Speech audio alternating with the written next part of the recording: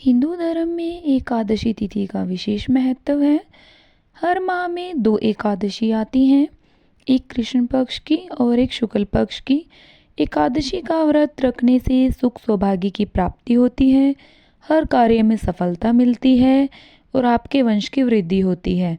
अगर आपके घर में संतान प्राप्ति नहीं हो पा रही है, पुत्र प्राप्ति नहीं हो पा रही है, तो पुत्र प्राप्ति की आपकी इच्छा है और आप काफ़ी दिनों से परेशान हो रहे हैं, तो एकादशी का आप व्रत रख सकते हैं। इस माह में यानी ज्येष्ठ माह में जो एकादशी आ रही है उसे अपरा एकादशी के नाम से जाना जाता है। इसको अचला एकादशी के नाम से भी जाना जाता है। ज्येष्ठ माह की एकादशी जो इस बार 23 मई को होगी, उसकी शुरुआत 22 मई की रात्रि में 1:13 पर होगी और इस एकादशी तिथि की समाप्ति 23 मई को रात्रि 11:12 पर होगी। ऐसे में जो भी दान पुण्य किए जाएंगे वो 23 मई को ही किए जाएंगे। अगर आप संतान प्राप्ति को लेकर परेशान हैं, आपकी शादी को कई साल हो गए हैं, संतान सुख से आप वंचित हैं, आपको पुत्र प्राप्ति की चाह है लेकिन पूरी नहीं हो पा रही है, तो आप अपरा एकादशी के दिन कुछ सरल उपाय कर सकते हैं। अगर आप व्रत रखते हैं तो अच्छी बात है, अगर आप व्रत नहीं रखते हैं तो आप एकादशी तिथि को कुछ नियमों का पालन कर सकते हैं। एकादशी तिथि को अगर आप व्रत नहीं रखते हैं तो आप लहसुन प्याज से परहेज कर सकते हैं और सात्विक भोजन ग्रहण करें और इस दिन आपको ककड़ी का सेवन जरूर करना चाहिए। ज्येष्ठ माह चल रहा है और ज्येष्ठ माह की अपरा एकादशी को आप इस दिन ककड़ी का सेवन जरूर करें। इसके साथ ही कुछ सरल से उपाय आप कर सकते हैं, जो उपाय आपको 23 मई को करना है। अगर निसंतान दंपत्ति दोनों साथ मिलकर करते हैं तो और भी अच्छा होता है। अगर दोनों नहीं कर सकते हैं तो पति और पत्नी में से कोई एक भी है कर सकता है। तो किस तरह से आप उपाय करेंगे, आपको किन चीज़ों की इसमें आवश्यकता होगी, किन नियमों का आपको पालन करना है, किन मंत्रों का आपको जाप करना है, इसकी संपूर्ण जानकारी आपको इस वीडियो में दी जाएगी। लेकिन आगे बढ़ने से शुरू करने से पहले आप मेरे चैनल अंशु दक्षु स्टोरीज़ को सब्सक्राइब जरूर करें और ऐसी ऐसी वीडियो की जानकारी के लिए आप बेल आइकन को प्रेस करें और कमेंट में श्री हरि विष्णु जरूर लिखें। श्री हरि विष्णु की कृपा आप पर बनी रहेगी, माता लक्ष्मी की कृपा बनी रहेगी। और आप इस दिन सूर्योदय से पहले स्नान करें और साफ सुंदर वस्त्र धारण करें।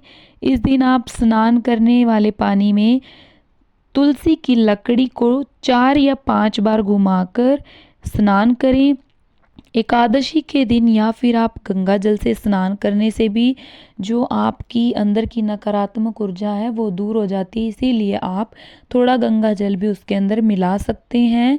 या फिर आप तुलसी की लकड़ी को 5 या 7 बार घुमाकर उससे भी आप स्नान कर सकते हैं। आपको श्री हरि विष्णु की कृपा मिलेगी और श्री लक्ष्मी माता की भी आप पर कृपा बनी रहेगी। इसके बाद आपको सूर्य भगवान को जल दान करना है क्योंकि इसका विशेष महत्व होता है। और इसके बाद मैं आपको बताने जा रही हूँ कुछ सरल से उपाय जिनको करने से श्री विष्णु की कृपा को आप प्राप्त कर सकते हैं। इसके बाद मैं आपको कुछ उपाय बताने जा रही हूँ जिसको आप अपने घर में भी कर सकते हैं और आपके मंदिर में भी कर सकते हैं। घर के मंदिर में एक चौकी लगाएं और उस पर पीले रंग का आसन बिछाकर श्री हरि विष्णु और माँ लक्ष्मी को विराजित करें। और अगर आपके पास लड्डू गोपाल है, शालिग्राम है, तो शालिग्राम को भी आपको विराजित करना है और विधि विधान से लड्डू गोपाल का पूजन करना है। इस दिन आपको छोटा सा कार्य करना है जिससे आपकी वंश की वृद्धि होगी।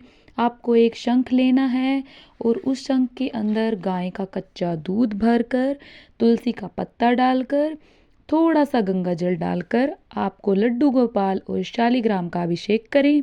और अभिषेक करते समय आप ओम नमः भगवते वासुदेवाय नमः मंत्र का जप करें और अपनी मनोकामना बोलें।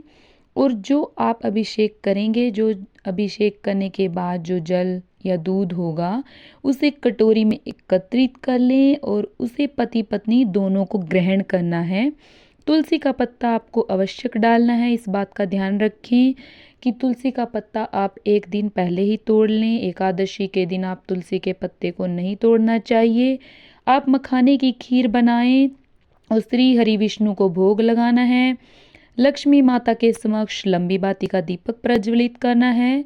विष्णु भगवान जी की पूजा में आप गोल बाती का दीपक करेंगे।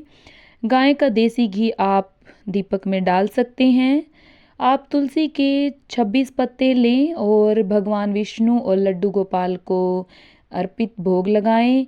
26 पत्तों में आप एक एक करके पत्ते को चढ़ाएं और साथ में साल में पड़ने वाली 26 एकादशियों के नाम को लें। जैसे कि साल में पड़ने वाली पहली एकादशी का नाम उत्पन्ना एकादशी होता है। इसी प्रकार आप केले के पेड़ को भी दूध चढ़ाना चाहिए। और अगर आपको संतान प्राप्ति में बाधा आ रही है, आपकी शादी को कई वर्ष बीत गई हैं लेकिन संतान सुख प्राप्त नहीं हो रहा है, तो आप इसके लिए रोजाना गोपाल मंत्र का भी 11 बार जप कर सकते हैं। तुलसी माता की माला का आप यूज़ कर सकते हैं। तो ये थे कुछ उपाय छोटे छोटे जिनको करने से आप संतान प्राप्ति के योग को प्रबल कर सकते हैं। आपको हमारी कैसी लगी वीडियो आप हमें कमेंट बॉक्स में ज़रूर बताएं और कमेंट बॉक्स में श्री हरि विष्णु ओम भगवते वासुदेवाय नमः मंत्र को ज़रूर लिखें। आपको कैसी लगी हमारे चैनल को सब्सक्राइब करें। नमस्कार दोस्तों, जय माता दी, जय एकादशी माता की, जय श्री हरि विष्णु, जय लक्ष्मी माता की। लक्ष्मी माता की कृपा आप सभी पर बनी रहे। आप कथा को पढ़ें और उपायों को करें।